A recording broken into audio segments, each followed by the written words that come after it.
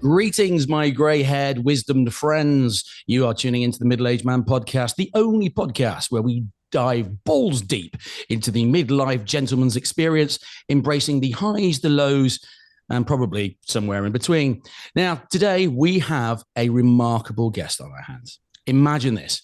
A 5'4", 115-pound powerhouse who spent 5 years as a correctional officer, navigating the complexities of a world most of us only ever catch glimpses of on the telly. Her name is Emily B. Now, here is where it gets really real. Now, Emily is going to bring not just her physical stature, but a mountain of strength and resilience shaped by a journey through mental health challenges, including PTSD and a mood disorder. But here is the twist. She's not just on about weathering the storm, she's about shining a light on it. Having recently parted ways with the corrections world due to psychological trauma, Emily is on a mission to raise awareness about mental health, to break down barriers, and to foster corrections that bridge the gaps between us all. Why is she here? Well, to be quite honest, she was free. But besides that, being a mental health advocate, Emily is a comedy enthusiast with a quick wit and that could rival any stand-up comedian on the British circuit. Her journey is a testament to the fact that amidst all the darkness, there can be laughter, healing, and most importantly, growth. So, gentlemen, if you are ready for an episode that's equal parts heart and humor, sit tight as we welcome the incredible Emily B. How are you, Emily? You all right? Good morning. This intro was way too nice. Like that was too nice. It was so nice. That was the nicest thing I've ever heard. It was beautifully said. Thank you so much for having me at this ungodly hour in the morning. Thank you so much. I appreciate your time and I'm happy to be here. I'm really excited to talk to you today. Hey, great. No, thank you. Thank you so much for doing this. And just so that we just sort of like get that right while she's talking about ungodly hour, she's actually literally rolled out of bed. It is 6:15 in the morning in Canada. And here in the UK, it's 11:15 in the morning as well. So, you know, if you're watching the video, I've had at least 5 hours to look as bad as I am right now. And Emily looks fantastic at 6:15 in the morning. Damn her. Right. Okay. So here we go. Look, give us the journey of you being a corrections officer. I mean, 5'4", you're not the biggest girl in the world, but how did you end up being a corrections officer? Yeah, not the biggest or the brightest, clearly. Like, look at me. Honestly, I'm not the poster child for corrections. I don't know why. It's as simple as you go to university, you rack up the debt from college dues and fees and all that jazz. And then it's like, okay, where are the jobs after that? So what I did is I just looked online. I went on the Ontario government website. They posted a job for corrections. I was like, I could do this. I could help people. I'm going to help people. And so I applied and sure enough, they hired me. I don't know why. Like, did they not look at me either and be like, no. You know what I mean? Like, couldn't they have like just not hired me in the first place? That would have been great. That would have been, but I wouldn't have a story to tell. So you being sort of like going into corrections, you use that phrase, so I can help people. What was the reality? No one was being helped. If I could shine some light onto like what it's like working in a jail, it's just like a warehouse. It makes me sad, honestly, because there was no opportunity for me to help anybody, whether it be the policies or even just the inner work politics of we don't help these people. So it's like that group mentality almost like, it's like a weird group mentality that us versus them still exists within that building. Yeah. So what? Okay. So where did you start helping people with mental health issues? What?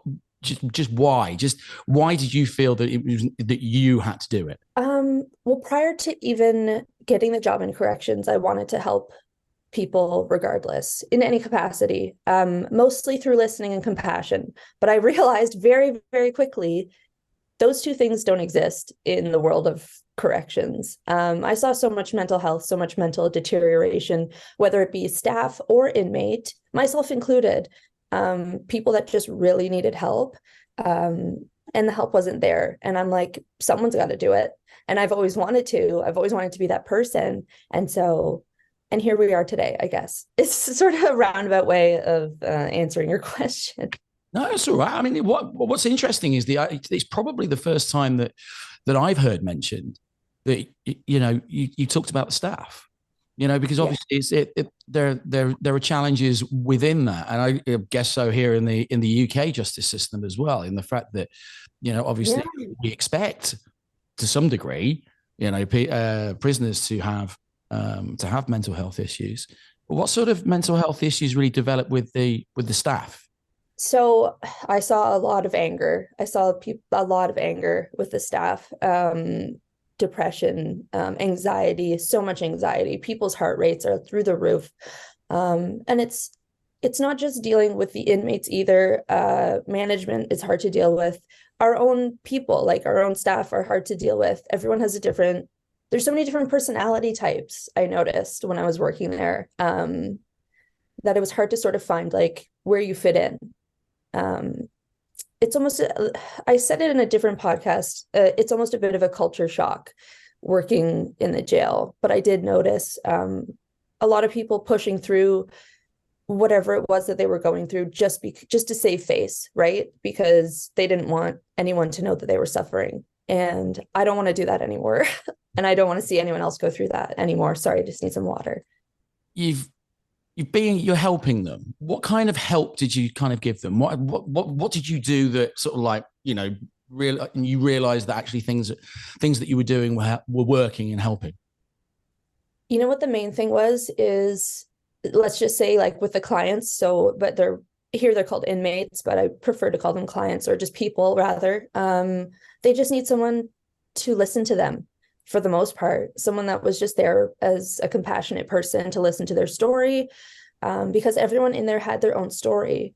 And it didn't seem like anyone gave a crap what their story was. And so even just me listening was the first step in making connections with people in there, in helping them with their mental health, whatever they needed, whether it be linking them up with a social worker or a nurse if they had something going on, or again, like I said, just someone to listen to them. That's where I came in. So, decision to leave. Yes. What spurned that? So while I was working there, I was on a remand unit. So I'll just explain it super briefly. It's like 200 males, approximately, all walks of life, all types of crime that you can imagine, from like the least unfavorable crime to up to murder. So they're all living in the same quarters, and I'm there. And oh no, here we go. I just lost my train of thought. Oh, okay, yes. So I witnessed some things that I wish I hadn't. I had experienced some things I wish I hadn't, whether it be like, assault, threats, sexual assault, it's all kinds of different things. There's so many things I could list that had happened to me that had accumulated over time, and I wasn't getting myself any help. And then I noticed, I was like, why am I just crying all the time? Like, I'm just crying all the time. I'm scared. My heart rate's like over 100, even just sitting down, like at the officer's desk.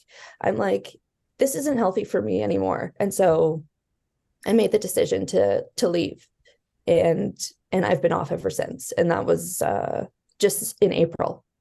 So you were working with men. Yes. What do you think what do you think could have been different if you were just working with just women? It's weird. I'm not sure whether you mean staff or inmate, because our staff population on the unit that I worked on, oddly enough, was like majority women worked that unit, and it was horrible. Like, it was bad. It was very bad. Could you imagine different women, well, in a group already, but with different personality types, different views on how to run the unit? It was chaos. It was absolute chaos. If there was more of a male presence, perhaps things would have been different. Maybe energies would have, like, who knows? I'm not sure. But if I was working with an all-female population, like an all-female inmate population, would it have been different? Yes, I really do believe it would have been. I don't see the amount of violence in the female population. However, our jail had like a small female unit. It was like 30 women it housed, and I barely worked there. So, but yeah, who knows, right? I wouldn't know. Who made the decision then to make your working unit mainly women?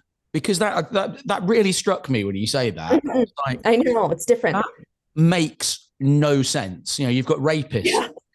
you've got people who've committed sexual assaults, sort of, and that to me is just like, yeah, pardon my French, that's a bit of a mind fuck. It's like, who the hell signed that one off? Yeah, and you know what? I'm not gonna lie, the women I worked with, they were beautiful, beautiful women, like inside and out. And so to see, oh, it's gonna make me emotional. Oh no, does it matter if I get emotional on your podcast? Are you gonna get upset with me? Not at all. Not at all. You carry on. Okay. Yeah, I don't know who made the decision. We all, you know who made the decision? Us silly things, because I applied to work on the as did the other women, and then I think it's just signed off by the managers. I'm not quite sure how that works, but whoever's eligible, it goes by seniority. Have you ever worked in a place, I guess not in podcasting perhaps, but where seniority is a thing, where it's like if you've been there longer, you get to make more decisions and you get to like, there's more perks, blah blah blah. Seniority rules, the old adage, seniority rules. Yeah. Yeah. So based on seniority, you get to pick where you work. And so I chose to work on that unit. That was my choice. That was an Emily choice.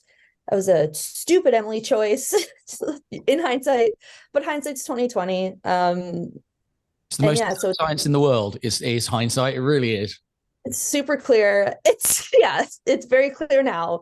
But yeah, so we all made the choice to work there. And yeah, I don't know what it's like now. I haven't been there, and it's been about, well, if I could count on my fingers, let's just say it's been about 6 months since I've been there. So I'm not sure how the women are doing now. I hope that they're good. But yeah, it was all of our own conscious decision to work there. So yeah, maybe we are crazy. That's what it is. So what are you doing now?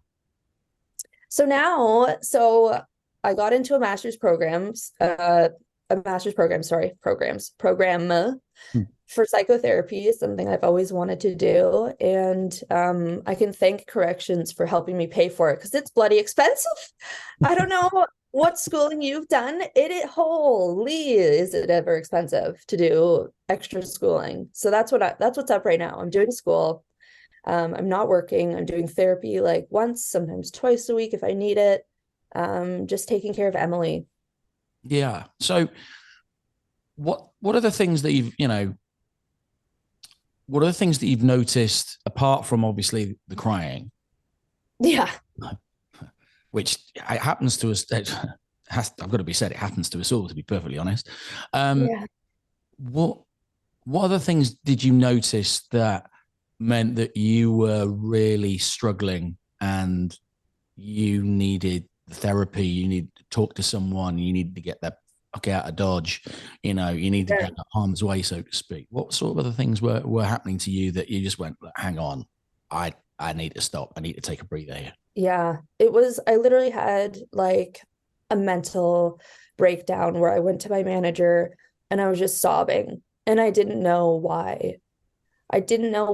It just, any little thing or stressor that happened was too much for me at that point. It was like my body couldn't regulate itself, I noticed. So like it could be any stressor, like, oh, this paperwork didn't get done, and it's like, woo, like what? And it's just anything, and that's small, and that's not even that stressful. So like when the little things were starting to get to me, I just knew, like, I'm not able to regulate myself properly. I'm crying all the time. My heart rate is 1,000. That's an over exaggeration, but it was astronomical and way higher than it should be. Pardon me. All these physical signs and emotional signs I noticed, and I was picking up on my thoughts too, how negative they were.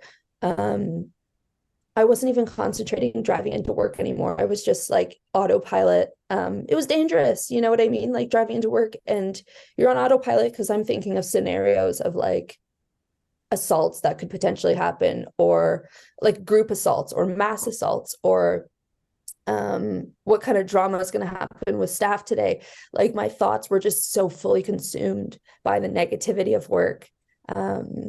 I just knew. And then when I had the breakdown, I was like, yeah, that's it. Like I'm out of here. Which is ironic, really, isn't it? In the fact that you've probably noticed a lot of those signs in inmates, in male inmates, you know, for all that, for those 5 years, and you were there to help. But all of a sudden, it's like, if anybody's a Doctor Who fan, they will know that there's a classic line where he sort of he realizes that he's badly injured and that's it, he needs to regenerate. But his actual line is, "Doctor, heal thyself." And I think an awful lot of people in your position, there does come that time where it's a case of, actually, you need to take a step back. And Yeah. you've probably been spotting all those signs in loads of other people for God knows how long. Yeah. Nobody ever stops you and says, "Are you all right?" Yeah. Does that make sense? Yeah, you're gonna make me cry because it's so true. I felt so unsupported, in the sense that like that's why a lot of people stay and then get to that point that I got to where it's like, I'm gonna have a mental breakdown because everyone's just trying to save face, like I mentioned earlier. Like I'm okay, this job's okay, I'm gonna make it, it's gonna be fine. I can handle the stress, I can handle everything I've witnessed. It's like, no, no, like no, I can't. It took a huge, like, what's the word I want to use? Almost like a breakdown of my own ego to realize, like, hey, I actually can't do this. Like, I can't handle this. This isn't for me.